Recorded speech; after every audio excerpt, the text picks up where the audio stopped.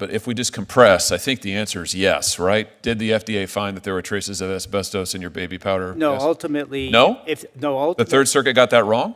I just read it in their opinion.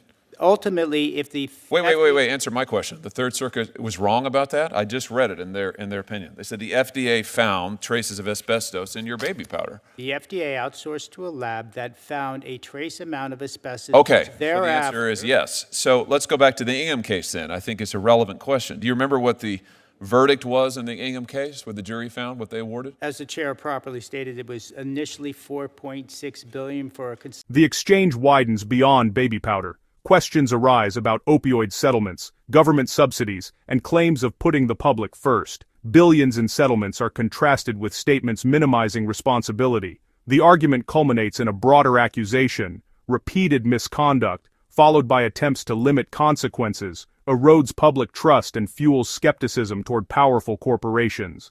Let's slide in. If you find this political breakdown interesting, please give me a thumbs up, and as well, like and subscribe for more. Hawley.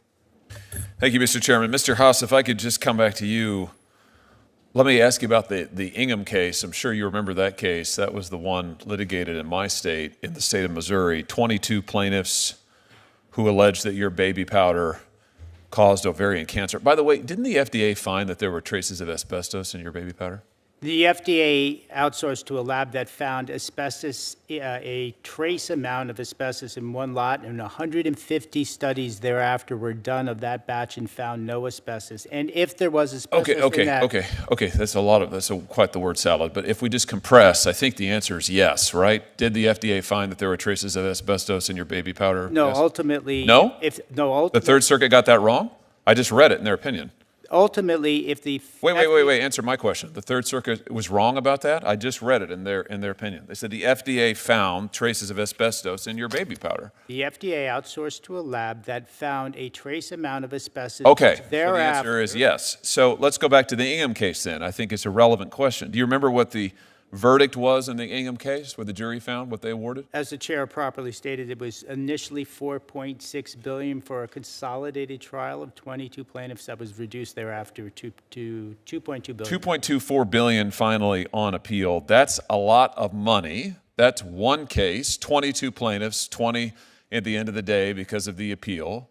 You were facing how many additional cases after that?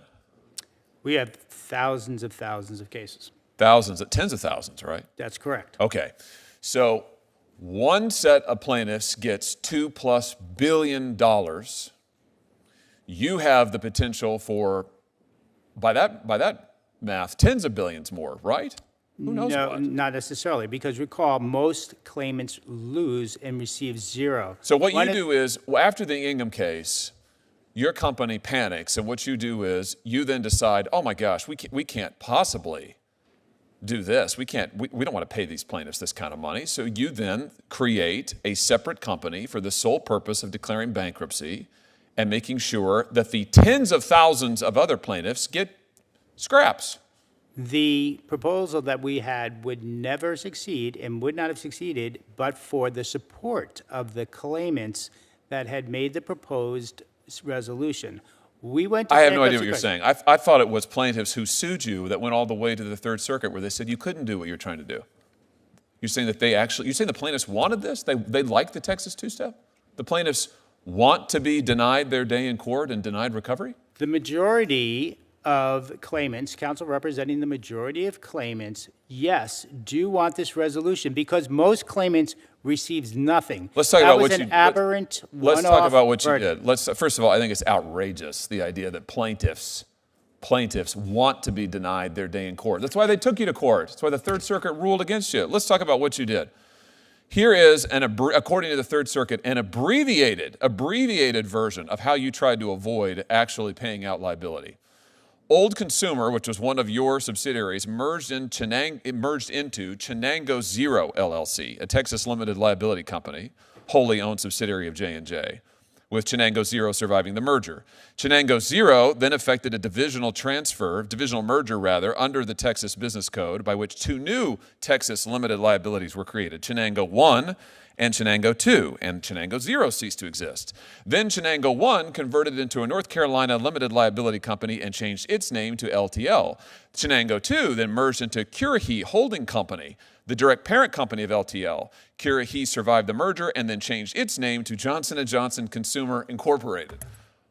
Are you here to tell us that you think that this is a great way to proceed and is fair to the consumers who had asbestos in their baby powder? Indeed, the claimants after that transaction had access to more recourse than they did before, which is exactly more recourse. Which is exactly the reason. You created, in the words of the Third Circuit, you created a company with the sole purpose of sending it into bankruptcy. So you could limit your liability. Here's what I don't understand. Johnson & Johnson is a hugely profitable company, isn't it? This is where we're talking about a subsidiary. Oh, I know, but you own them all. Position. You own them all. So aren't you hugely profitable? I mean, how much money did you make on the COVID vaccine, for example? Nothing, actually. We made nothing. You got billions of dollars in subsidies from the federal government. Taxpayers have paid you billions. How much did you make on opioids? All those opioids you prescribed? How much did you make on that over the years? I do not have that information. Really? I thought it was curious when you said that your company credo was to always put the public first. It is. Was that what you were doing when you were lying to doctors and patients about the addictive nature of opioids? Is that why your company agreed to billions of dollars in settlements with states and other localities because of what you did to further the opioid crisis? We prevailed in the only 2 cases that were tried. You settled for billions of dollars, and I brought one of those suits, and it's the proudest thing I ever did as Attorney General of the state of Missouri. Your company has made billions of dollars on American consumers, multiple times lying to them. And the idea that you now are looking actively for ways to limit the liability for further torts you have committed against the American people, I think is outrageous, absolutely outrageous. And if you want to know why the American people don't trust huge corporations, it's because of companies like yours. And I would just say to my colleagues, if you want to know why private rights of action are so darn important, and why we need to use them against the big tech companies, this is the reason why. One jury verdict got $4.6 billion. That's a hammer. Companies fear it. They fear it. It's why they're trying to distort the bankruptcy code to avoid it. We need to give more Americans the ability to get that recourse in court.